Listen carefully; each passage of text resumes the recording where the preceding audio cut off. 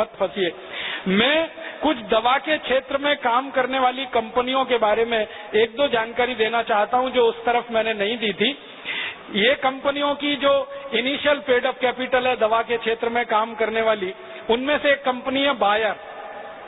उसकी मूल पूंजी इस देश में 6 लाख रुपए है बस, और उसका एक साल का नेट प्रॉफिट 154 करोड़ रुपए। दवा के क्षेत्र में इतना मुनाफा होता है।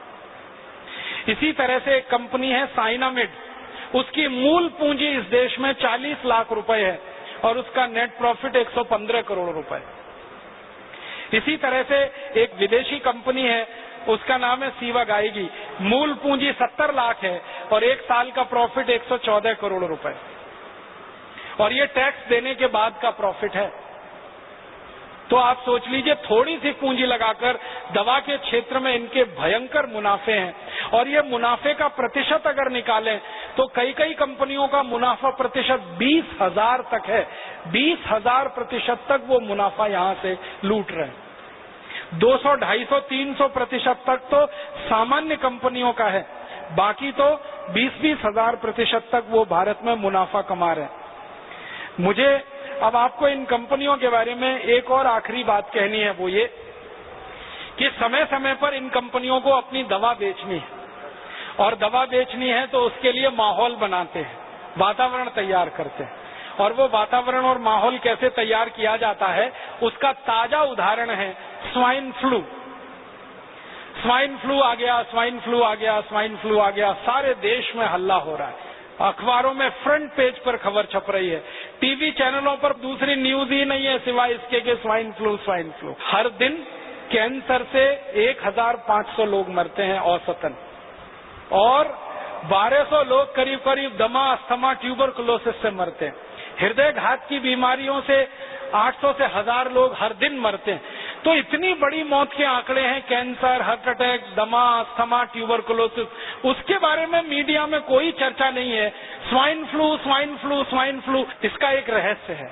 रहस्य इसका ये है कि कैंसर का वैक्सीन नहीं बनता, ट्यूबरकुलोसिस का वैक्सीन नहीं बनता, दमा का वैक्सीन नहीं बनता, अस्थमा का वैक्सीन नहीं बनता, हृदय घात का वैक्सीन नहीं बनता। मतलब सीधा सा ये है, जिन बीमारियों के वैक्सीन नहीं बन सकते उन बीमारियों पर मीडिया चर्चा नहीं करता, क्योंकि उनसे कंपनियों को कोई बड़ा लाभ होने की गुंजाइश नहीं। स्वाइन फ्लू का वैक्सीन बन सकता है, एवियन फ्लू का वैक्सीन बन सकता है, सार्स का वैक्सीन बन सकता है, और थोड़े दिन पहले एक बर्ड फ्लू आया था, उसका वैक्सीन बन सकता है। तो एवियन फ्लू है, बर्ड फ्लू है, सार्स है, स्वाइन फ्लू है, इन सब बीमारियों के वैक्सीन बन सकते हैं और वैक्सीन बनकर बाजार में बिक सकते हैं, और इसमें विदेशी कंपनियों को मुनाफा बहुत भयंकर है। इसलिए मीडिया में ये सारी खबरें बाकायदा प्रायोजित तरीके से दिया जाती है, छपवाई जाती हैं, बनवाई जाती है। एक अमेरिकन कंपनी है, वो स्वाइन फ्लू की दवा बनाती है, टेमी फ्लू, और जानकारी ये मिली है कि टेमी फ्लू दवा को बनाते समय वायरस जो है अनकंट्रोल्ड हुआ, नियंत्रण के बाहर हुआ, और उसने स्वाइन फ्लू को फैलाना शुरू किया सारी दुनिया। माने एक अमेरिकन कंपनी की बदमाशी से, एक अमेरिकन कंपनी की गैर जिम्मेदारी से स्वाइन फ्लू का वायरस सक्रिय हुआ और सारी दुनिया के 30 देशों को उसने अपनी चपेट में लिया। अब वो 30 देश हैं, वो टेमी फ्लू के ग्राहक हो गए। वायरस निकला अमेरिका से, ग्राहक हो गए उनके दुनिया के 30 देश के लोग। अब वो सब लोग जिनको स्वाइन फ्लू होने की संभावना है या हो गया है, डॉक्टर उनको एक ही दवा लिख रहे हैं, टेमी फ्लू खाओ, टेमी फ्लू खाओ, टेमी फ्लू खाओ। जो विद्वान डॉक्टर हैं और जो इन कंपनियों के चक्कर में नहीं फंसते हैं, ऐसे भी कई डॉक्टर हैं, वो बता रहे हैं कि टेमी फ्लू बिल्कुल मत खाओ, क्योंकि आपने टेमी फ्लू खाया तो ये स्वाइन फ्लू का जो वायरस है ये स्ट्रक्चर बदलने में माहिर है, तुरंत नया स्ट्रक्चर ले सकता है और वो नए स्ट्रक्चर में रेजिस्टेंस आ सकता है, फिर कितना भी टेमी फ्लू खाना ठीक ही नहीं होने वाले। तो ऐसा पूरे देश में आतंक और माहौल फैला दिया, और ये आतंक और माहौल के दो ही उद्देश्य हैं। पहला उद्देश्य है ज्यादा से ज्यादा टेमीफ्लू दवा बेचना, जो पिछले 10 साल से इस कंपनी ने उत्पादन करके गोडाउन में भरी हुई है, अब वो गोडाउन खाली करना है। अब ये गोडाउन कोई ऐसा गोडाउन नहीं है जो टूथपेस्ट का हो, रोज इस्तेमाल करें और फेंक दें। ये गोडाउन तो तभी खाली होगा जब कोई दवा का आतंक हो, वायरस का आतंक हो और डर हो और दहशत हो। डर, दहशत और आतंक के चलते आदमी मजबूर हो जाता है महंगी से महंगी दवा खाने के लिए और महंगे से महंगा इलाज करने के लिए। तो ये स्वाइन फ्लू का वायरस इसी तरह का एक प्रोपेगेंडा है। मुझे तो एक ही बात कहनी है, वो ये कि ये स्वाइन फ्लू नहीं है, मीडिया फ्लू है। मीडिया ने पैदा कर दिया। मैं आपको एक पुरानी जानकारी देना चाहता हूँ, बहुत गंभीर है, आप उससे अंदाजा लगाइए कि ये कंपनियां कितनी निकृष्ट हैं, कितनी नराधम हैं। सन 1916 से 1918 के बीच में 2 साल में दुनिया भर में एक बीमारी फैली, एवियन फ्लू। वो ऐसा ही था जैसे स्वाइन फ्लू है, और उस बीमारी के फैलने से सारी दुनिया में कुछ लोग प्रभावित हुए। जो लोग प्रभावित हुए उनकी संख्या बताई जाती है 4.5 करोड़।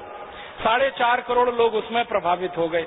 और 4.5 करोड़ लोग जो प्रभावित हुए, फिर मैंने ये जानने की कोशिश की कि मरे कितने उसमें से, तो मात्र 6,000 लोग मरे थे।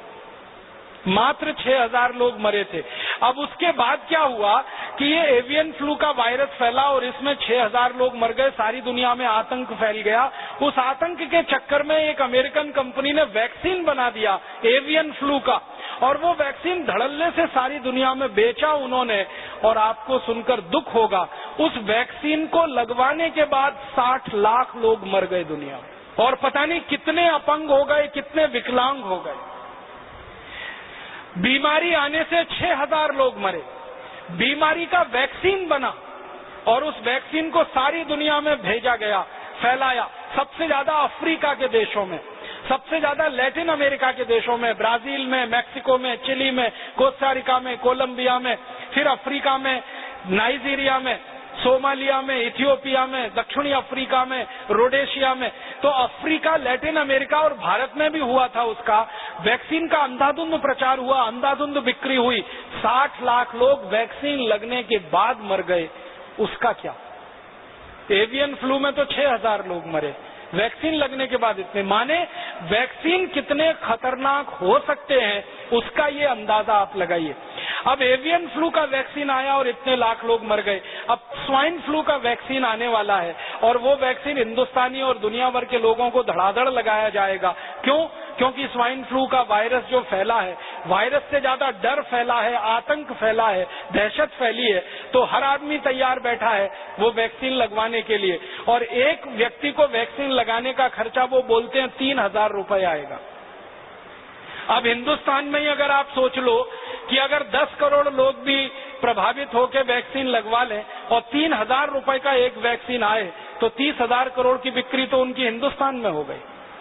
अफ्रीका में, लैटिन अमेरिका के देशों में अगर हो जाए, हजारों करोड़ का माल बेचेगी एक कंपनी, और इस कंपनी के पास पेटेंट है 20 साल तक।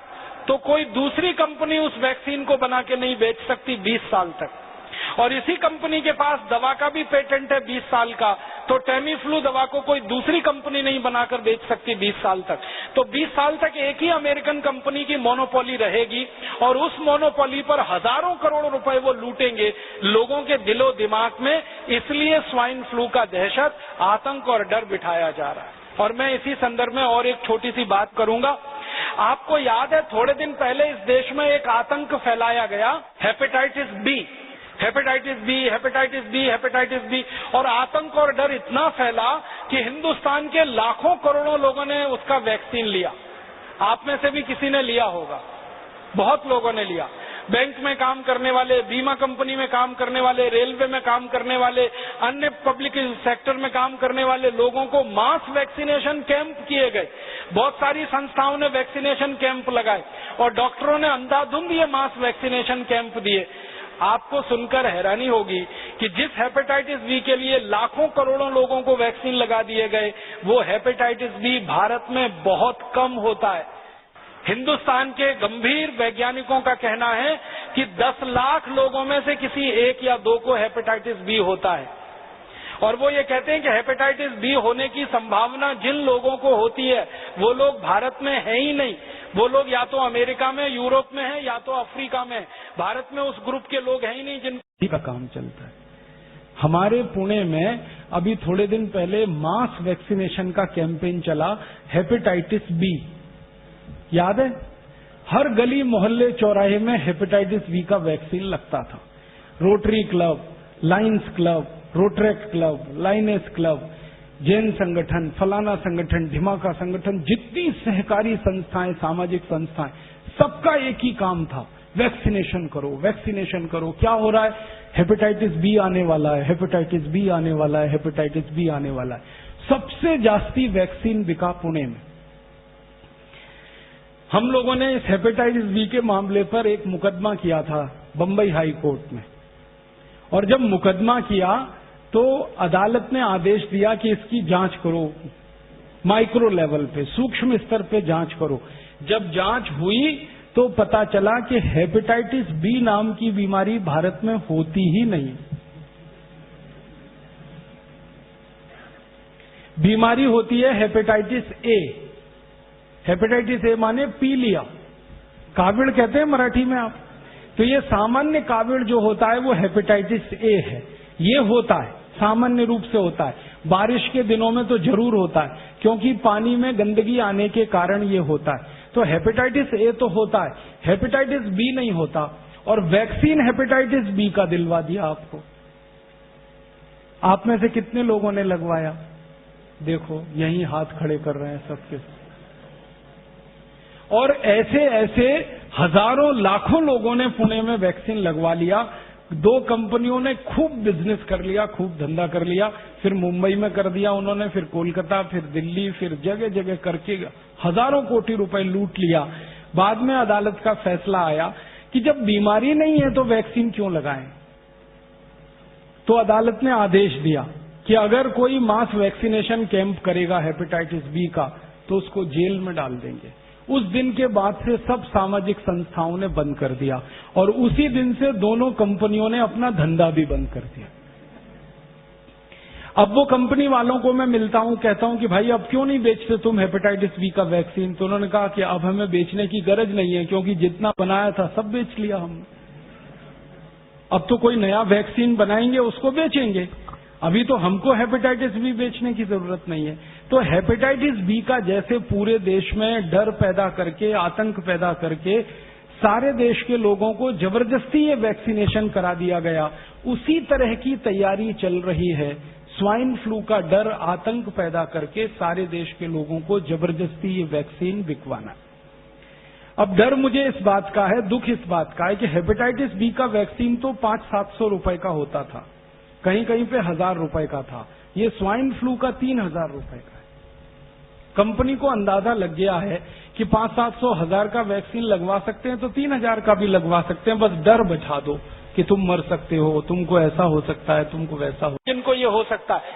और आपको सबको मालूम है, जो बात गंभीर है वो ये कि जितनी भी वैक्सीन दी जाती है उन वैक्सीनों में उन बीमारियों के ही जीवाणु रहते हैं जिस बीमारी के लिए वो वैक्सीन दी जाती है। अब देखिए कैसा साजिश और कैसा षड्यंत्र है। एक तो बीमारी होती नहीं, होती है तो बहुत कम लोगों को होती है, और होने के पीछे का जो कारण है कि वो कीटाणु और जीवाणु मरते ही नहीं है उस दवा में भी, और वो हमको अंधाधुंध लगाया गया। लाखों करोड़ों का बिजनेस करके कंपनी ने मुनाफा कमा लिया। जो स्वामी जी कहते हैं कि सामान्य प्राणायाम करें, योग करें, तो उसी से हम ठीक कर सकते हैं अपने आप को। उसके लिए लाखों करोड़ों रुपए इस देश में बर्बाद हो गए। हम लुट गए, हमारी आंखों के सामने लूट लिया लोगों ने, हमको मूर्ख बना के लूट लिया। तो कभी हेपेटाइटिस बी के नाम पे, कभी स्वाइन फ्लू के नाम पे, कभी एवियन फ्लू के नाम पे, कभी सार्स के नाम पर, कभी बर्ड फ्लू का कितना आतंक फैलाया था। थोड़े दिन पहले हजारों लाखों मुर्गियां इस देश में कट गई। परिणाम जानते क्या हुआ? मुर्गियों की कमी पड़ गई तो सरकार ने विदेशों से मुर्गी इंपोर्ट करना शुरू कर दिया। अंडों की कमी पड़ गई तो विदेशों से अंडे खरीदने शुरू कर दिए इन्होंने। और अब ये स्वाइन फ्लू के नाम पे बता रहे हैं सुअर को काट रहे हैं। फिर थोड़े दिन में सुअर की कमी होगी तो सुअर का मांस विदेशों से खरीदेंगे, हिंदुस्तान में बिकेगा। ये सारे के सारे मार्केट की उनकी रणनीति है, धंधा करना है, माल बेचना है। उनको आपके स्वस्थ रहने से, बीमारी से कोई लेना देना। पुणे नगर के और पुणे जिले के सभी भारत स्वाभिमान के सम्माननीय कार्यकर्ता मित्रों, मंच पर आसीन आदरणीय दादा भाई जोशी जी, बापू भाई, अन्य सभी सम्माननीय लाड भाई, मैं आप सबका आभार व्यक्त करता हूं इसलिए कि मात्र एक दिन के नोटिस पर यह कार्यक्रम हुआ, कल दोपहर को तय हुआ और आप सब इतनी बड़ी संख्या में यहाँ हैं, तो इसके लिए आपका आभार व्यक्त करता हूं। दूसरा, मैं आपसे थोड़ी देर स्वाइन फ्लू पे बात करूंगा, थोड़ी देर भारत स्वाभिमान के विषय पे बात करूंगा। पहले स्वाइन फ्लू पे बात करके इस विषय को पूरा करना चाहता हूं, फिर बाद में भारत स्वाभिमान के विषय पे बात करूंगा। स्वाइन फ्लू एक बीमारी के बारे में हम सब बार बार सुन रहे हैं, पढ़ रहे हैं अखबारों में, टीवी में, मीडिया में, और डर बैठ गया है, दहशत बैठ गई है मन में। पुणे में तो बहुत ज्यादा। थोड़े दिन पहले मार्च के महीने में ऐसा दिल्ली में भी हुआ था, दिल्ली में बहुत दहशत हो गई थी मार्च 2009 में। इसी तरह से थोड़े दिन पहले मद्रास में भी हुआ था, फिर थोड़े दिन पहले इसी तरह से हैदराबाद सिकंदराबाद में हुआ था। तो भारत के जो बड़े बड़े शहर हैं, जहां पर पैसे वाले लोग रहते हैं, जहां पर परचेजिंग कैपेसिटी ज्यादा है, लोगों की क्रय शक्ति बहुत है, ऐसे स्थानों पर अक्सर ये माहिती फैलाई जाती है या फैल जाती है और लोग डर में और दहशत में आ जाते हैं। पुणे में इतना डर और दहशत हो गया है कि सरकार ने सारी शालाएं बंद कर दी हैं, हॉस्पिटल सिर्फ खुले हुए हैं, बाकी सब बंद है। मैं बार बार पुणे आता रहता हूं। मेरी जिंदगी में पुणे की सड़कों पर इतना आराम मैंने कभी नहीं देखा। कोई है नहीं सड़क पर चलने वाला, सब घर में बैठे हैं, सबको दहशत हो गई है। और दहशत एक ही है कि पता नहीं हमको ये वायरस का इन्फेक्शन हो जाएगा और फिर हमको बीमारी हो जाएगी और हम मर जाएंगे, क्योंकि ऐसा बताया जा रहा है कि इससे मरने की शक्यता है। शरीर की प्रतिकारक शक्ति इतनी कम हो जाती है कि कोई भी व्यक्ति मर सकता है। फिर आपको न्यूज़पेपर से ये माहिती मिली होगी कि पुणे में कुछ लोग मर गए हैं और भारत में भी कुछ लोग मर गए हैं। तो भारत सरकार की ये जो माहिती है कि कुछ लोग मर भी गए हैं, उसने और डर पैदा कर दिया है। और विशेष रूप से पुणे में किसी एक डॉक्टर की मृत्यु हुई थोड़े दिन पहले, उसने सारे देश में चर्चा बहुत कर दी इसकी कि डॉक्टर मर गया तो फिर पेशेंट का क्या है। अच्छा, मैं आपको एक छोटी सी माहिती कह के ये बात शुरू करना चाहता हूं कि मैं दिल्ली से आया परसों आया शाम को। तो दिल्ली हवाई अड्डे पे फ्लाइट पकड़ने के लिए जब मैं आ रहा था तो कुछ परिचित लोग मिल गए मुझे हवाई अड्डे पे। तो उन्होंने मुझे पूछा, आप कहाँ जा रहे हैं? तो मैंने कहा पुणे जा रहा हूँ। क्यों जा रहे हैं? मैं कहा भाई मेरा व्याख्यान है वहां पे, इसके लिए जा रहा हूँ। तो उन्होंने कहा मरने के लिए जा रहे हैं क्या? मैं बोला क्या पुणे में सब मर रहे हैं? वो बोले हाँ, वहां पे स्वाइन फ्लू फैला हुआ है, सब लोग ऐसी हालत में है। तो बाहर वालों को ऐसा लगता है पूरे पुणे में शमशान घाट बन गए हैं, सब मर रहे हैं, हॉस्पिटल में हैं, कुछ काम नहीं हो रहा है। ऐसी इमेज बन गई है पुणे की, ये सारी इमेज मीडिया ने बनाई है। मैं आपको कुछ वास्तविक बात बताना चाहता हूं, कुछ सच्चाई है जिसको आपके साथ शेयर करना चाहता हूं, इस दृष्टि से कि आप सब योग शिक्षक हैं, हर दिन आप कक्षाएं लेते हैं, हर दिन आपके योग और प्राणायाम सीखने वाले आपके पास लोग आते हैं। तो आप ये माहिती दूसरों को कहें जो मैं आपसे शेयर करना चाहता हूं। सबसे पहली माहिती कि स्वाइन फ्लू नाम की जो बीमारी फैलती है वो एक वायरस से, उस वायरस का नाम है H1N1। ये जानकारी आप सबको है, लेकिन जो महत्व की माहिती है वो ये है कि ये वायरस भारत का नहीं है, ये विदेशी है, परदेशी है। और ये जो बीमारी है स्वाइन फ्लू, ये भी देशी बीमारी नहीं है, ये भी विदेशी है, परदेशी है। ये वायरस परदेशी है, ये बीमारी परदेशी है। ये वायरस कहाँ से आया है? तो इस वायरस की हिस्ट्री के बारे में बताया जाता है कि 1.5 साल पहले ये वायरस पैदा हुआ मैक्सिको नाम के एक देश में। मैक्सिको लैटिन अमेरिका का एक देश है और उस देश में एक बहुत बड़ी अमेरिका की कंपनी है, उसका नाम है स्मिथ फूड्स प्राइवेट लिमिटेड करके, बड़ी कंपनी है। वो कंपनी डूकर का मांस बेचती है हर साल 10 लाख मीट्रिक टन डूकर का मांस बेचती है वो कंपनी। अब 10 लाख मीट्रिक टन डूकर का मांस पैदा करने के लिए कम से कम 1 कोटि डूकर का कत्ल करना पड़ता है, तब 10 लाख मीट्रिक टन डूकर का मांस पैदा हो सकता है। और वहां के जो डूकर होते हैं ना, वो ऐसे नहीं होते अपने जैसे। हाँ, अपने भारत के जैसे डूकर है ना, वैसे नहीं होते, उससे तो डबल और ट्रिपल होते।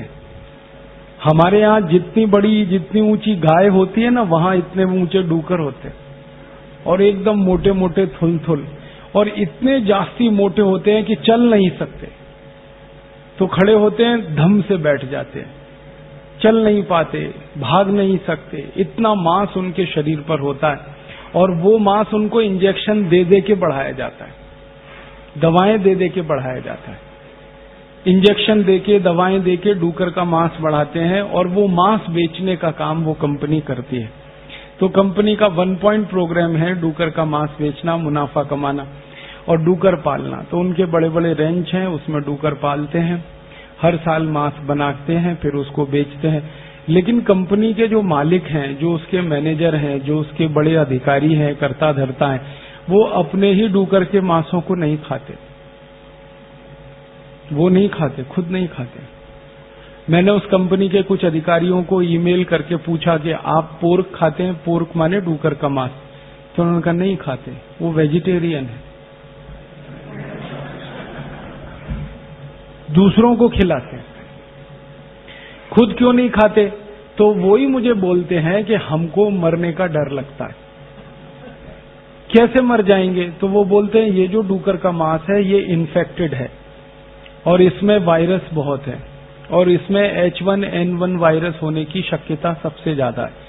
ये जो H1N1 वायरस है ये डूकर में ही जिंदा रहता है, तो वहां के डूकर में ये वायरस जिंदा रह सकता है। और 1.5 साल पहले ये वायरस वहां डिटेक्ट हुआ, और जो लोगों ने डूकर के मांस खाने वाले लोग हैं, उनमें से करीब 2000 लोग उससे प्रभावित हुए और 146 अभी तक मर गए 1.5 साल में।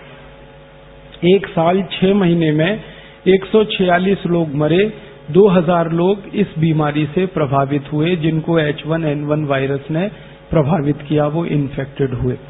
तो आंकड़ेवारी में देखा जाए तो ये कोई बड़ी संख्या नहीं है। 1 साल 6 महीने में 146 लोग मरे। क्यों? क्योंकि दर वर्षी हमारे देश में अगर दूसरी बीमारियों से मरने वालों की संख्या हम ढूंढेंगे तो कैंसर से इस देश में हर दिन 1500 लोग मरते हैं, हर दिन। और साल में कैंसर से इस देश में 40 से 45 लाख लोग मरते हैं। फिर हमारे देश में ट्यूबरकुलोसिस और मलेरिया से हर दिन 1200 लोग मरते हैं, और साल में करीब 36 लाख के आसपास लोग मलेरिया, ट्यूबरकुलोसिस से मर जाते हैं। फिर हर दिन हमारे देश में 1000 लोग डायरिया और डिसेंट्री, हैजा और कॉलेरा से मरते हैं, और साल में करीब 35 लाख लोग डायरिया, डिसेंट्री, कॉलेरा से मर जाते हैं। फिर हमारे भारत में बहुत सारे बच्चे हैं, लाखों की संख्या में, जो हर दिन कुपोषण से मरते हैं, जिनके शरीर में शक्ति नहीं है, ताकत नहीं है, और ऐसे ही भूखे मर जाते हैं। पूरा पेट भर के उनको भोजन नहीं मिलता, दूध नहीं मिलता, उसमें मर जाते हैं। तो मरने वालों की संख्या तो बहुत है, कैंसर से मरने वालों की संख्या तो बहुत है, मलेरिया से मरने वालों की संख्या तो बहुत है, ट्यूबरकुलोसिस से मरने वालों की संख्या तो बहुत है, डायरिया, डिसेंट्री से मरने वालों की संख्या तो बहुत है, अनेक दूसरी बीमारियों से। लेकिन वो बीमारियों पर हमारे देश के न्यूज़पेपर में फ्रंट पेज पे खबर नहीं आती। कैंसर से मरने वालों के बारे में कभी भी न्यूज़पेपर में और मीडिया में इतनी चर्चा नहीं होती जितनी स्वाइन फ्लू की हो रही। ट्यूबरकुलोसिस से मरने वालों की चर्चा कभी भी इतनी नहीं होती मीडिया में जितनी स्वाइन फ्लू की हो रही है। कारण जानते हैं क्या है? कैंसर की, ट्यूबरकुलोसिस की, डायरिया की, डिसेंट्री की कोई वैक्सीन नहीं बन सकती। जिन बीमारियों की वैक्सीन नहीं बनती, उन बीमारियों के बारे में मीडिया में चर्चा नहीं होती, भले उसमें मरने वालों की संख्या कितनी भी जास्ती हो। लेकिन जिन बीमारियों में वैक्सीन बन सकती है और मरने वालों की संख्या बहुत थोड़ी होती है, उसकी चर्चा बहुत होती है। कारण क्या है? जब बीमारी की चर्चा होगी तो लोगों में डर पैदा होगा, दहशत पैदा होगी। जब डर और दहशत बहुत जास्ती हो जाएगी, जैसा अभी बताया कि एक पत्नी का पति मर गया और उसके मन में इतनी दहशत और इतना डर कि उसने अपने पति के अंतिम शरीर को, माने आखिरी यात्रा को 5 फीट दूर से प्रणाम किया। माने दहशत इतनी जास्ती है कि जो धर्मपत्नी अपने पति के साथ सालों साल रही एक ही कमरे में, एक ही बिस्तर पर, जब उसको ये डर लग गया कि इसको स्वाइन फ्लू हुआ और उससे ये मर गया, तो दूर से ही उसने प्रणाम कर लिया। ये हद है, ये लिमिट क्रॉस हुई है डर की, दहशत की। और ये लिमिट क्रॉस कराने में मीडिया ने बड़ी ताकत लगाई है। मैं जो आपसे कहना चाहता हूं वो ये कि स्वाइन फ्लू का जो वायरस है वो आपको कभी भी प्रभावित नहीं कर सकता। आप पूछेंगे क्यों नहीं कर सकता? हमारे में कोई सुरखाव के पर हैं, या हम भगवान के दूत हैं, या हम ज्यादा योग और प्राणायाम करते हैं, ये कारण है? कारण क्या है? कारण उसमें से दूसरे हैं जो जानने की जरूरत है।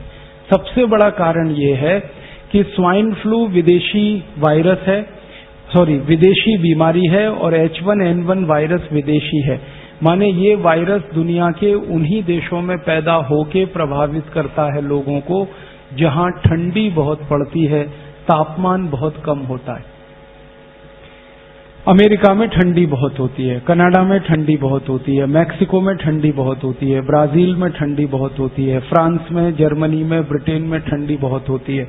और आप जानते हैं साल में 6 महीने ठंडी पड़ती है, और साल में 6 महीने तापमान उनके यहाँ 0 के नीचे होता है। -5 डिग्री, -10 डिग्री, -15 डिग्री, -20 डिग्री, कभी कभी तापमान -30, -35, -40 तक चला जाता है।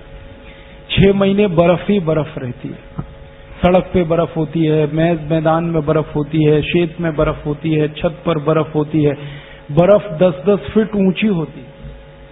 और यूरोप और अमेरिका में 6 महीने सरकार के सभी विभाग की ताकत इसी बात में खर्च होती है कि सड़क से बर्फ हटाना, शेत में से बर्फ हटाना, चलने लायक सड़क को बनाना, शेत को खेती लायक बनाना। तो जिन देशों में बर्फ पड़ती है, ठंडी बहुत होती है, तापमान 0 के नीचे चला जाता है, ऐसे देशों में तरह तरह के वायरस पैदा होते हैं। और जितनी ज्यादा ठंडी होती है उतने ज्यादा वायरस होते हैं। सामान्य रूप से दुनिया के जितने भी वायरस हैं उनको पैदा होकर जिंदा रहने के लिए कम से कम 27 डिग्री सेंटीग्रेड से नीचे का तापमान लगता है। और 27 डिग्री सेंटीग्रेड से नीचे का तापमान जो जो देशों में हो सकता है, उन्हीं देशों में सबसे ज्यादा वायरल और बैक्टीरियल इन्फेक्शन हुआ करते हैं। अब भारत के बारे में बात करें और पूना के बारे में बात करें। भारत में इस समय महीना चल रहा है सितंबर, माफ करिएगा अगस्त का महीना चल रहा है। अगस्त के पहले जुलाई था, जुलाई के पहले जून था, जून के पहले मई था, और मई के पहले अप्रैल, अप्रैल के पहले मार्च, मार्च में गुड़ी पड़वा से लेकर और दीपावली के दिन तक सामान्य तापमान जो होता है पूरे भारत देश में वो 34 डिग्री सेंटीग्रेड होता है, 35 डिग्री होता है, 36 डिग्री होता है। पुणे का आज का तापमान 33 डिग्री है, और अभी थोड़ी धूप ज्यादा हो जाए ना तो कल ये 35-36 डिग्री हो जाएगा। तो पुणे का न्यूनतम तापमान इस समय 34-35 डिग्री है।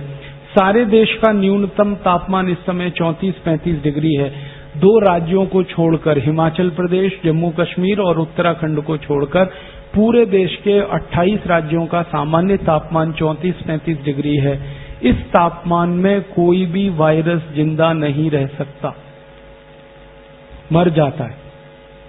वायरस अगर पैदा भी हुआ तो ज्यादा से ज्यादा 45 मिनट जिंदा रह सकता है, उसके बाद उसको मरना ही है, क्योंकि सूर्य के प्रकाश में, सूर्य के ताप में, सूर्य की गर्मी में कोई वायरस जिंदा नहीं रहता। तो भारत दुनिया में सबसे अद्भुत देश है जहां पर सूर्य का तापमान इतना है, सूर्य का प्रकाश इतना है, यहां तो गर्मियों में मई जून में तापमान +50 डिग्री सेंटीग्रेड होता है। दूसरे देशों में -40 होता है ठंडी में, यहां +50 होता है। कितना अंतर है तापमान का, आप सोचिए। -40 से 0 पे आइए, 0 से आगे 50 तक जाइए, इतना बड़ा अंतर है, इतना बड़ा डिफरेंस है। तो जो देश ठंडी वाले हैं, बर्फ वाले हैं, जहां पर बहुत ज्यादा सर्दी होती है, उन्हीं देशों में वायरस इन्फेक्शन बहुत होते हैं।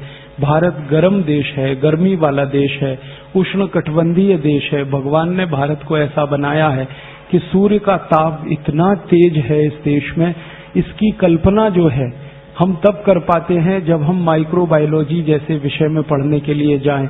तो आप अपने मन से एक भय, एक डर निकाल दीजिए। आपके शहर में, पुणे के पूरे जिले में, पूरे महाराष्ट्र में, पूरे भारत में, जम्मू कश्मीर, हिमाचल और उत्तराखंड को छोड़कर कहीं भी ये वायरस हो नहीं सकता, क्योंकि तापमान इतना ज्यादा है।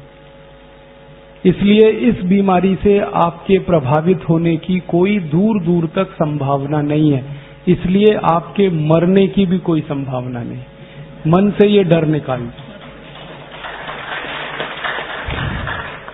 अब आप मुझे तुरंत एक सवाल पूछेंगे। वो सवाल ये पूछेंगे कि फिर थोड़े दिन पहले पुणे में डॉक्टर मर गया और अभी थोड़े दिन पहले कोई एक बेटी मर गई पुणे में, तो ये क्या है? इनमें से किसी भी डेथ में स्वाइन फ्लू कंफर्म नहीं हुआ, किसी भी डेथ में। क्योंकि ये जो डॉक्टर मरा ना, तो होना तो ये चाहिए था कि अगर डॉक्टर स्वाइन फ्लू से मरा तो मरने के पहले डॉक्टर के सारे चेकअप होने चाहिए, या मर गया मरने के बाद सारे चेकअप होने चाहिए। और वो जो चेकअप की रिपोर्ट्स हैं डॉक्टर की, ब्लड की रिपोर्ट उसकी, यूरिन की रिपोर्ट उसके, स्टूल की रिपोर्ट उसके, सब तरह के रिपोर्ट्स, उसका थूक है जो लार है उसकी टेस्टिंग की रिपोर्ट जाहिर होनी चाहिए। आपने पढ़ी है? क्योंकि जाहिर ही नहीं हुई है। क्यों नहीं हुई है? क्योंकि वो डॉक्टर स्वाइन फ्लू से मरा ही नहीं है, वो किसी और बीमारी से मरा, लेकिन उसकी बीमारी को मीडिया ने स्वाइन फ्लू बता दिया, बीमारी कुछ और थी उसको। इसी तरह से एक थोड़े दिन पहले छोटी बेटी मरी यहां पुणे में, उसके भी ब्लड की कोई रिपोर्ट टेस्ट हुई नहीं, कोई कंफर्मेशन नहीं है कि उसको स्वाइन फ्लू हुआ था, और मीडिया ने बता दिया वो स्वाइन फ्लू से मर गई। भारत देश में अब तक जितनी भी मृत्यु हुई है उसकी संख्या 11 है। 11 मृत्यु जितनी हुई है सबके बारे में मैं खोजने की कोशिश कर रहा हूं। किसी की भी कंफर्म रिपोर्ट नहीं है कि उनको स्वाइन फ्लू था। हाँ, उनकी रिपोर्ट में ये था कि उनको साधारण फ्लू था। साधारण फ्लू और स्वाइन फ्लू में अंतर है। साधारण फ्लू में क्या होता है? सर्दी होती है, खोखला होता है, जुकाम होता है, नाक से पानी आता है, आंख से पानी आता है, गले में दर्द होता है, गला बैठ जाता है, आवाज भी नहीं निकलती है, कभी कभी टेम्परेचर आ जाता है, फीवर आ जाता है, लेकिन फीवर कभी भी 101 डिग्री से ऊपर क्रॉस नहीं कर पाता। शरीर में हल्का फुल्का दर्द रहता है, बहुत थकान लगती है, बहुत कमजोरी लगती है। ये साधारण फ्लू बीमारी के लक्षण हैं। और ये बीमारी हर बार होती है बारिश के दिनों में, इसमें नई कोई बात नहीं है। पिछले साल बारिश आई थी तब भी ये बीमारी हुई थी, अगले साल बारिश आएगी तब भी ये बीमारी होगी, और भारत में उत्तर से दक्षिण, पूरब से पश्चिम सब जगह होती है। तो ये साधारण फ्लू बीमारी होगी शायद ये 11 लोगों को। फिर आप बोलेंगे साधारण फ्लू में मौत हो सकती है क्या? कभी कभी होती है। कब? जिस व्यक्ति को साधारण फ्लू हो जाए और उसके पहले उसको कोई गंभीर बीमारी हो चुकी हो। जैसे मैं उदाहरण से बताता हूं, मान लीजिए किसी को बहुत समय से टाइफाइड हो, ठीक है। अब टाइफाइड हो और टाइफाइड शायद ठीक होने वाला हो, तब तक उसको फ्लू हो गया हो। उस कंडीशन में वो आदमी मरने की स्थिति में पहुंच सकता है। इसी तरह से लंबे समय किसी को मलेरिया का बुखार आया और मलेरिया के बुखार में उसी को फ्लू हो गया, मलेरिया ठीक हुआ तब तक उसको फ्लू हो गया, उस कंडीशन में उसकी मृत्यु हो सकती है। एक बहुत खराब बुखार होता है, ज्वर होता है, ताप होता है, जिसको मस्तिष्क ज्वर कहते हैं, इंसेफेलाइटिस कहते हैं। इसमें अगर कोई व्यक्ति फंस गया हो और थोड़े ही दिन के बाद उसको फ्लू इन्फेक्शन हो जाए, वायरल इन्फेक्शन हो जाए, तो उसकी मृत्यु हो सकती है, क्योंकि इन तीनों कंडीशन में ब्लड में प्लेटलेट्स बहुत तेजी से कम हो जाते हैं और उसके बाद प्लेटलेट्स बढ़ाने के लिए एलोपैथी में कोई दवा नहीं है। तो इसलिए एलोपैथी का कोई भी पेशेंट या डॉक्टर इस तरह से अगर चक्कर में आ गया तो उसका मरना 100% तय है। इसमें कोई आश्चर्य की बात नहीं है, क्योंकि जब तेजी से प्लेटलेट्स गिरते हैं और एलोपैथी के पास कोई दवा नहीं है प्लेटलेट्स बढ़ाने की, तो वो मर ही जाएगा। और मैं 99.99% कहता हूं पुणे का डॉक्टर ऐसे ही मरा है। उसके ब्लड प्लेटलेट्स बहुत तेजी से गिर गए और पहले उसको एक बड़ी बीमारी का इन्फेक्शन हो चुका था, उसके बाद फ्लू हो गया, मर गया। तो मीडिया ने उसको छाप दिया कि वो स्वाइन फ्लू से मर गया। क्योंकि मीडिया को इसमें क्या इंटरेस्ट है, अखबार वाले ये जो खबर छाप रहे हैं इसके लिए उनको पैसा मिल रहा है।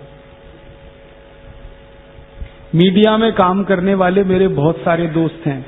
दिल्ली में एक बहुत बड़ा अंग्रेजी अखबार है, उसका एक एडिटर है जो मेरा बहुत अच्छा दोस्त है। मैंने उसको एक दिन पूछा कि तुम्हारे अखबार में 15 दिन से हर दिन हेडलाइन छप रही है कि स्वाइन फ्लू पुणे में फैल गया, स्वाइन फ्लू वहां फैल गया, स्वाइन फ्लू वहां फैल गया, 11 मर गए, अब तक इतने प्रभावित हो गए। ये जो खबर तुम दे रहे हो, इस खबर में तुम मुझे कोई 1, 2, 3, 10, 20, 50 लोगों के नाम दे दो, पते दे दो जिनको स्वाइन फ्लू हो गया है, मैं उनके घर वालों से मिलना चाहता हूं। तो कहने लगे वो नहीं है हमारे पास। मैं पूछा फिर खबर कैसे छाप रहे हो? कहने लगा खबर तो ऊपर से आ रही है। मैं बोला ऊपर से कहां से आ रही है? तुम्हारे ऊपर कौन है? तो उसने कहा मैं तो एडिटर हूं, लेकिन मेरे ऊपर अखबार का मालिक है। आप जानते हैं एडिटर मालिक के नीचे होता है। कहने लगा मालिक के यहां से खबर आ रही है और मालिक के यहां से ये आदेश आ रहा है कि ये पहले पेज पे खबर लगनी चाहिए और ऐसी जगह लगनी चाहिए जहां सबकी नजर पड़ती है। फिर मैंने पूछा इसमें खास बात क्या है जो पहले पेज पे लगनी चाहिए? तब उसने कहा इस खबर के साथ चेक भी आता है, ड्राफ्ट भी आता है, पैसे आते हैं और जितने ज्यादा बड़े अमाउंट का चेक आता है उतने ही बोल्ड लेटर्स में हम इसको छापते। फिर मैंने पूछा भाई तू ये बता कि कौन देता है ये चेक और ड्राफ्ट? तो उसने कहा एक कंपनी देती है। वो कंपनी कौन है? तो उसने तो मुझे नाम बता दिया, मैं नहीं बताऊंगा आपको। उसने कहा कि एक अमेरिका की कंपनी है, वो हमको चेक देती है, ड्राफ्ट देती है। उस कंपनी का क्या इंटरेस्ट है कि तुमको खबर छापने के लिए पैसा दे रही है? तब उसने मुझे बताया, मैं तो हैरान हो गया। उसने कहा कि ये सब खबर जो छप रही है अखबारों में ये प्रायोजित है। प्रायोजित खबर का मतलब समझते हैं? एडवर्टीजमेंट। जैसे जाहिरात छपता है ना, तो जाहिरात के रूप में खबर छपती है। खबर ही जाहिरात होती है। आप इस बात को समझ पा रहे हैं? खबर ही जाहिरात होती है और खबर को जाहिरात की तरह से छापा जाता है क्योंकि उसके लिए पैसा आता है। और जास्ती पैसा आता है तो पहले पेज पे छापते हैं, कम आता है दूसरे पेज पे छापते हैं, और कम आता है तीसरे पेज पे छापते हैं। किस पेज पर छपेगा वो पैसे से तय होता है। और ये जो एडिटर है ये कोई साधारण अखबार का एडिटर नहीं है, हिंदुस्तान में सबसे ज्यादा बिकने वाले अंग्रेजी अखबार का एडिटर है। और वो एडिटर का मालिक उसको आदेश दे रहा है कि ये छपना चाहिए, इसके साथ इतना चेक है, इसके साथ इतना ड्राफ्ट है। तो आप समझ लीजिए कि मीडिया में ये जो छप रहा है ये पैसे की ताकत से छप रहा है, इसमें सच्चाई नहीं है। फिर उसने जिस कंपनी का नाम लिया, मैंने उसको खोजना शुरू किया तो सारी बात समझ में आ गई। ये वही कंपनी है जो स्वाइन फ्लू की दवा बनाती है। उस दवा का नाम है Temi flu.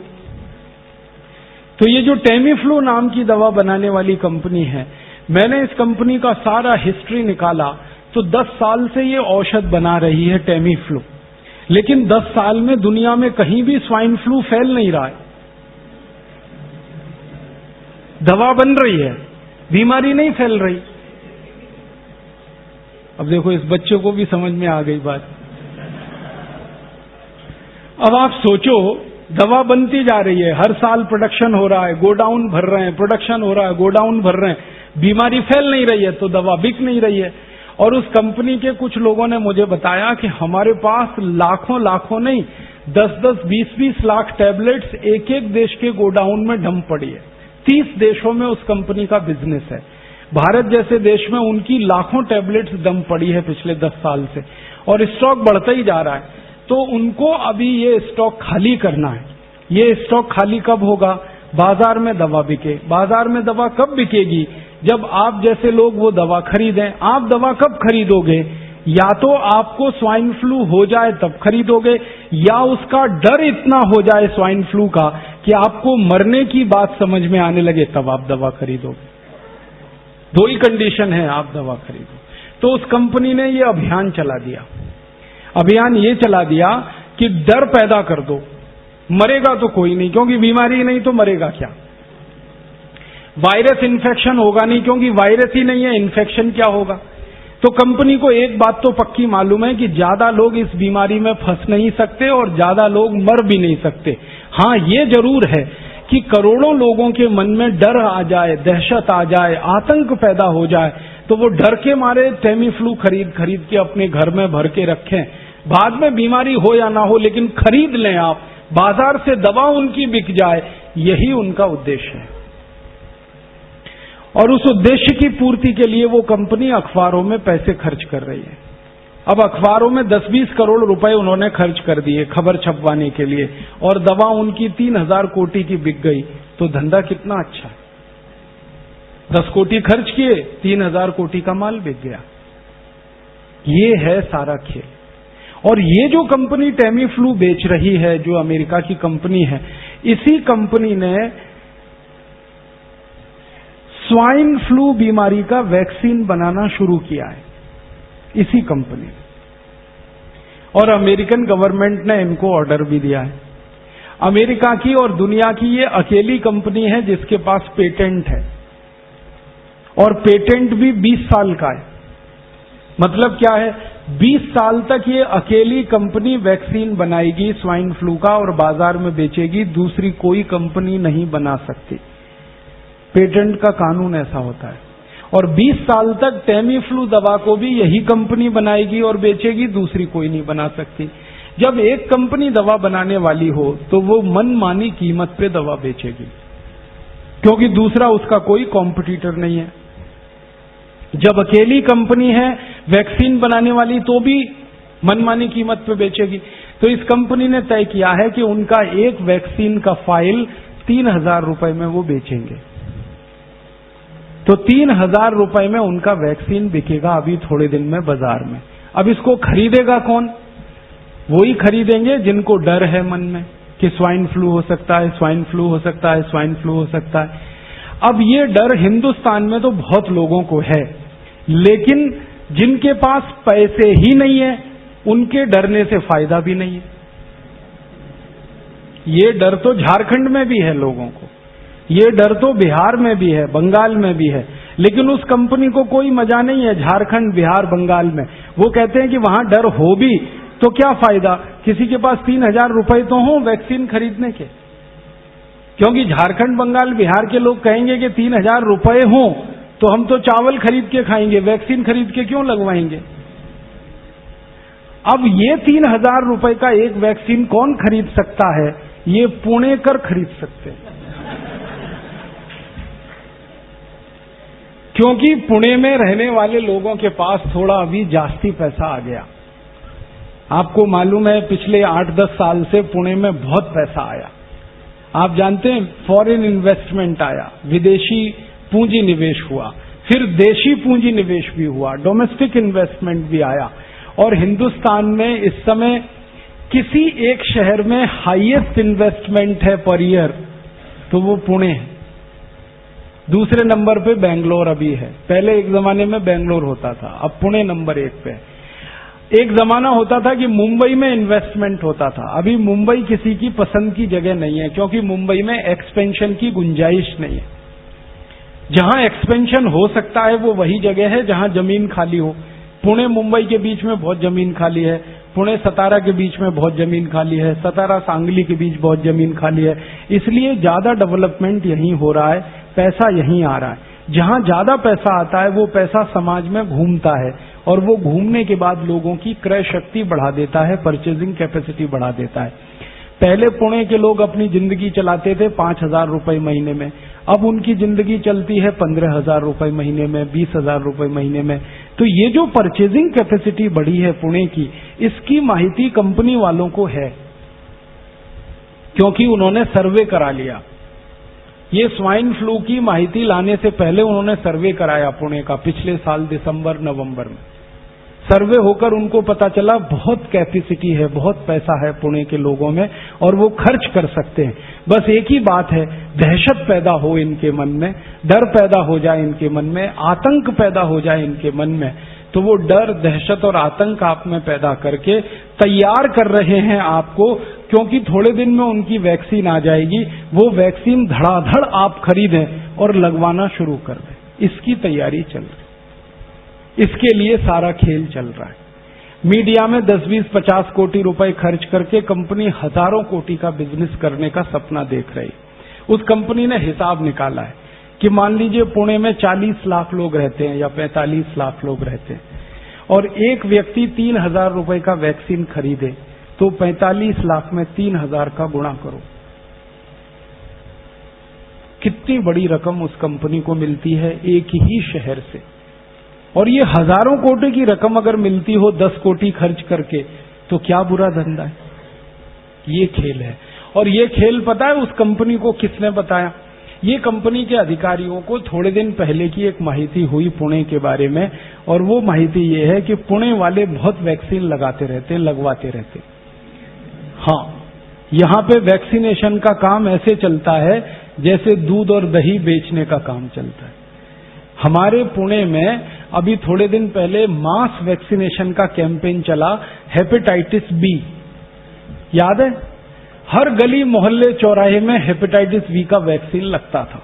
Rotary club, Lions club, Rotaract club, Lioness club, Jain संगठन, फलाना संगठन, ढिमाका संगठन, जितनी सहकारी संस्थाएं, सामाजिक संस्थाएं, सबका एक ही काम था, वैक्सीनेशन करो, वैक्सीनेशन करो। क्या हो रहा है? हेपेटाइटिस बी आने वाला है, हेपेटाइटिस बी आने वाला है, हेपेटाइटिस बी आने वाला है।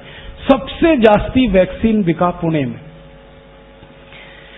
हम लोगों ने इस हेपेटाइटिस बी के मामले पर एक मुकदमा किया था बंबई हाई कोर्ट में, और जब मुकदमा किया तो अदालत ने आदेश दिया कि इसकी जांच करो, माइक्रो लेवल पे, सूक्ष्म स्तर पे जांच करो।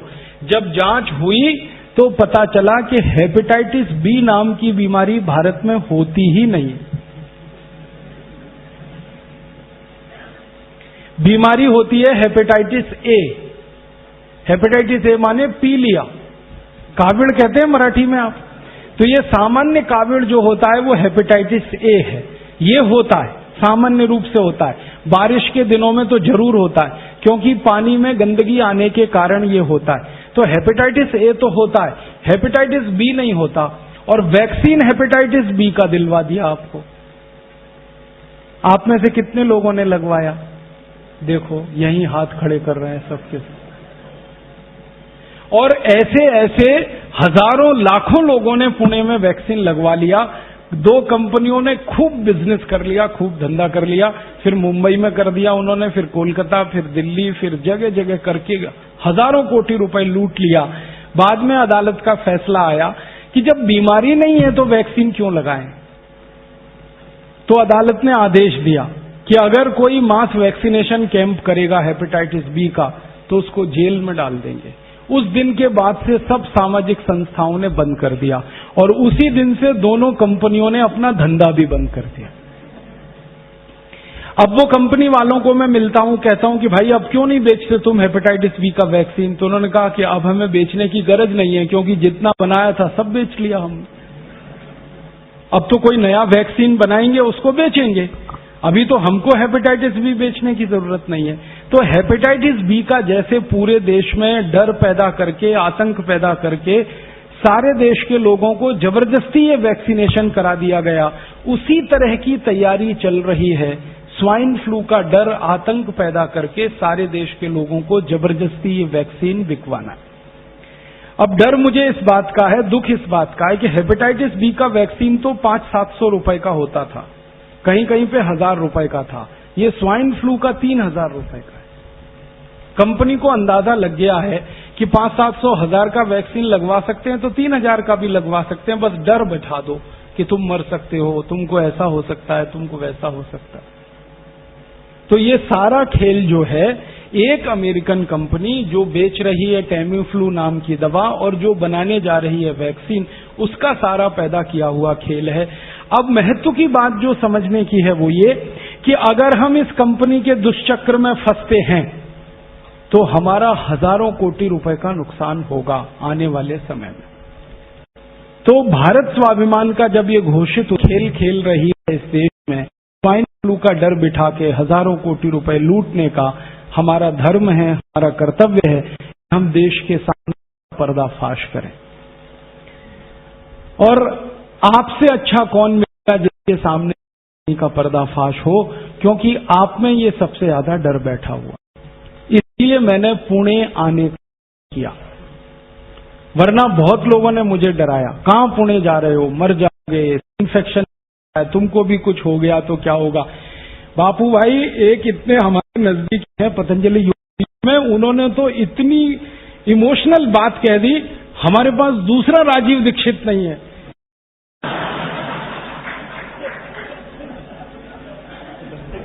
तो मैंने कहा इसका मतलब क्या है, तो उसने कहा नहीं देंगे हम आपको,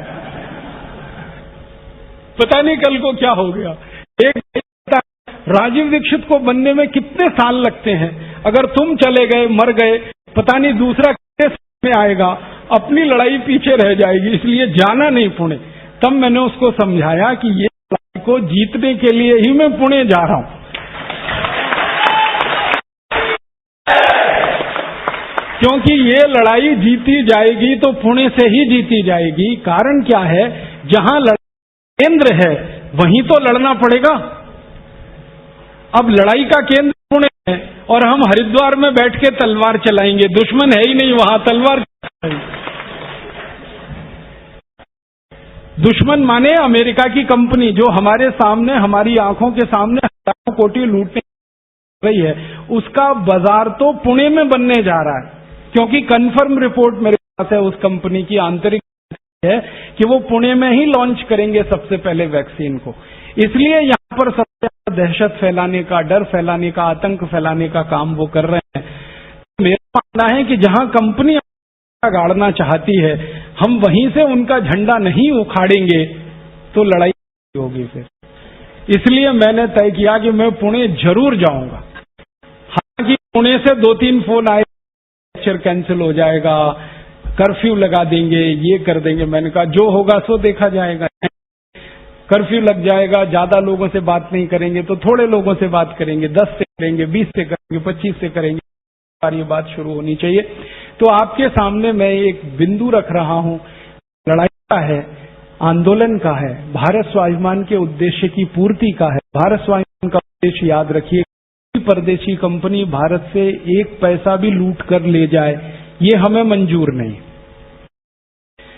वो हिंदुस्तान लीवर हो, पेप्सी कोला हो, कोका कोला हो, प्रॉक्टर एंड गैम्बल, कोलमैन हो, या टेमीफ्लू वाली कोई अमेरिकन कंपनी हो, या वैक्सीन बेचने वाली कोई अमेरिकन कंपनी हो, 1 पैसा भी हमारा ये हमें नहीं। अब इसके लिए हमें पुणे के नागरिकों को तैयार करना है कि वो मानसिक रूप से इतने सशक्त बने, डर निकल जाए, उनकी दहशत निकल जाए, उनका आतंक निकल जाए। और अगर ये आतंक और दहशत हम निकाल पाए लोगों से, तो ये लड़ाई हम जीत लेंगे और 6 महीने के बाद वो कंपनी यहां से जाएगी बिना 1 पैसे का वैक्सीन बेचे।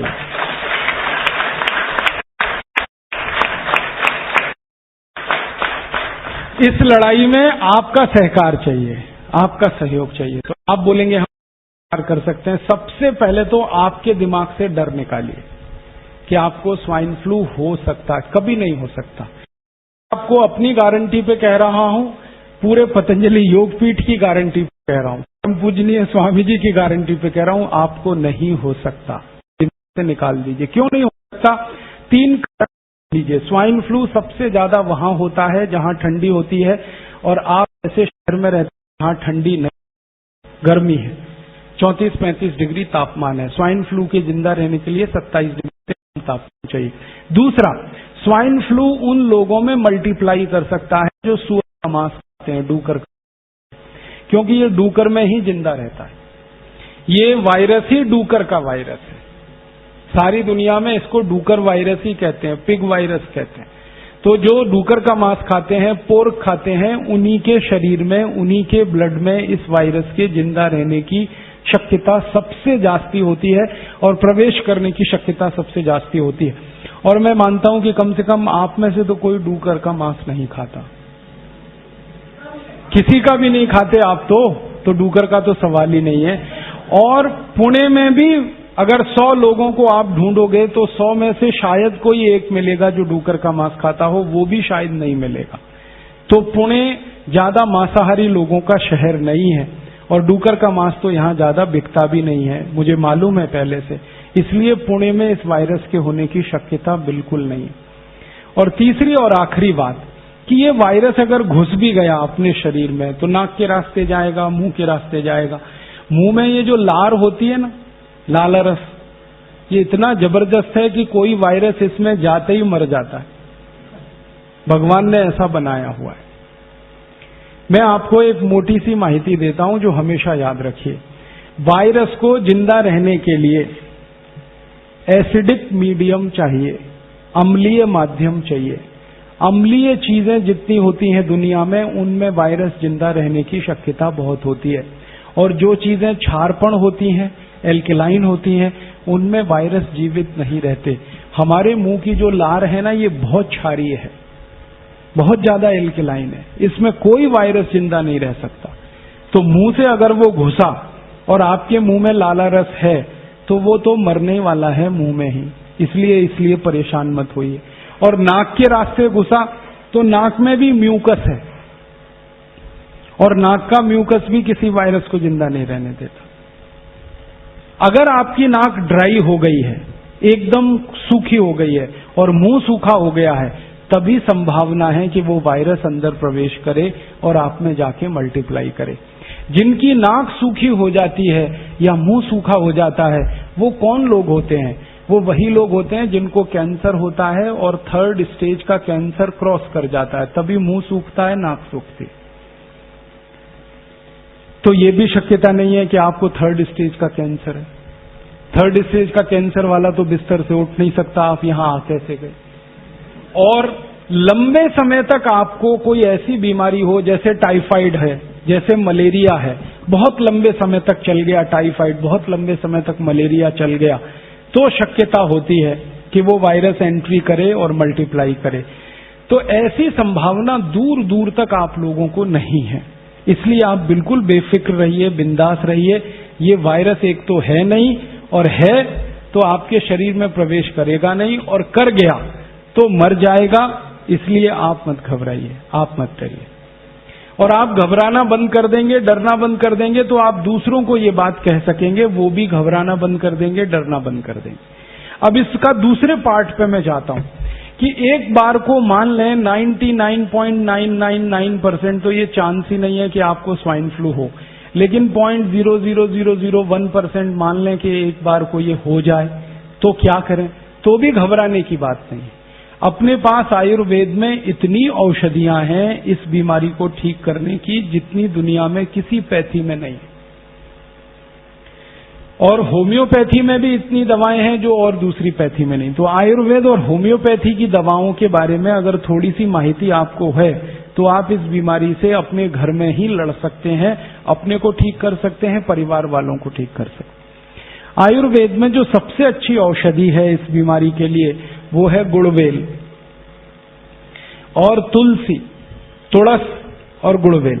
गुड़वेल का काढ़ा, तुलस का काढ़ा बना के अगर कोई भी पी ले तो इस बीमारी से मुक्त हो जाएगा। और गुड़वेल का और तुलसी का काढ़ा बीमारी होने से पहले पी ले तो बीमारी आने का दूर दूर तक चांस नहीं है। प्रिवेंटिव भी है, क्यूरेटिव भी है।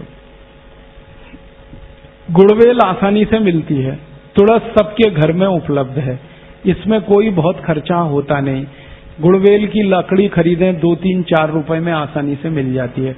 उस लकड़ी का इतना बड़ा भाग छोटे छोटे टुकड़े कर दीजिए, 1 गिलास पानी में उबाल लीजिए, पानी उबलते हुए आधा हो जाए फिर उसको उतार लीजिए, तुलसी पत्ते उसमें डाल लीजिए उबलते समय, और जब पानी पीने लायक हो जाए, हल्का गुनगुना रहे, तब उसको दिन में 3-4 बार में पी लीजिए, बस इतना काफी। तो वायरस एंट्री करेगा नहीं, प्रिवेंटिव आप हो जाएंगे, आपकी प्रतिकारक शक्ति बहुत बढ़ जाएगी, आपकी रेजिस्टेंस बहुत बढ़ जाएगी और वायरस तो नहीं जाएगा। और अगर चला गया तो भी इसी औषध को 2-3 दिन पी लीजिए, ठीक हो जाएंगे आप। ताप भी उतर जाएगा, सर्दी खत्म हो जाएगी, जुकाम खत्म हो जाएगा, सारे सिम्टम्स आपके ठीक हो जाएंगे। इसके अलावा, ये तो है, इसके अलावा अपने स्वयं पाक घर में बहुत सारी औषध है। स्वयं पाक घर की वो सारी औषध जो कफ की विकृति को ठीक करने वाली औषध है। आप जानते हैं हमारे यहाँ 3 तरह की औषध है, वात को ठीक करे, पित्त को ठीक करे और कफ को ठीक करे। कफ को ठीक करने वाली जितनी औषध हैं वो प्रतिकारक शक्ति को भी बढ़ाती हैं, तो कफ विकृति को ठीक करने वाली औषध उपयोग कर लीजिए तो भी आप ठीक हो जाएंगे। अब वो औषध क्या क्या है? सबसे अच्छी औषध है हमारे स्वयं पाक घर में, उसका नाम है आल, अदरक है। इसके बाद दूसरी सबसे अच्छी औषध है हड़द, तीसरी सबसे अच्छी औषध है मध, चौथी सबसे अच्छी औषध है मिरी, काली मिर्च, पांचवी सबसे अच्छी औषध है दालचीनी, छठी सबसे अच्छी औषध है तेज पत्र, सातवीं सबसे अच्छी औषध है आपके यहां आंवला, आठवीं सबसे अच्छी औषध है एलोवेरा, नवीं सबसे अच्छी औषध है पुदीने के पत्ते, धनिए के पत्ते, और नागरवेल पान जो खाते हैं 11वीं सबसे अच्छी औषध है। अपने स्वयं पाक घर में ही ढूंढेंगे तो 15-20 औषध है जो कफ को ठीक करती है। इनमें से किसी भी औषध का उपयोग करिए। सबसे अच्छा तो मैंने बता दिया गुड़वेल का और तुलसी का काढ़ा। दूसरा आप चाहें तो पान नागरवेल का, उसको पत्ते को चटनी बनाइए, थोड़ा उसमें आल को चटनी बना के मिलाइए, फिर थोड़ा सा उसमें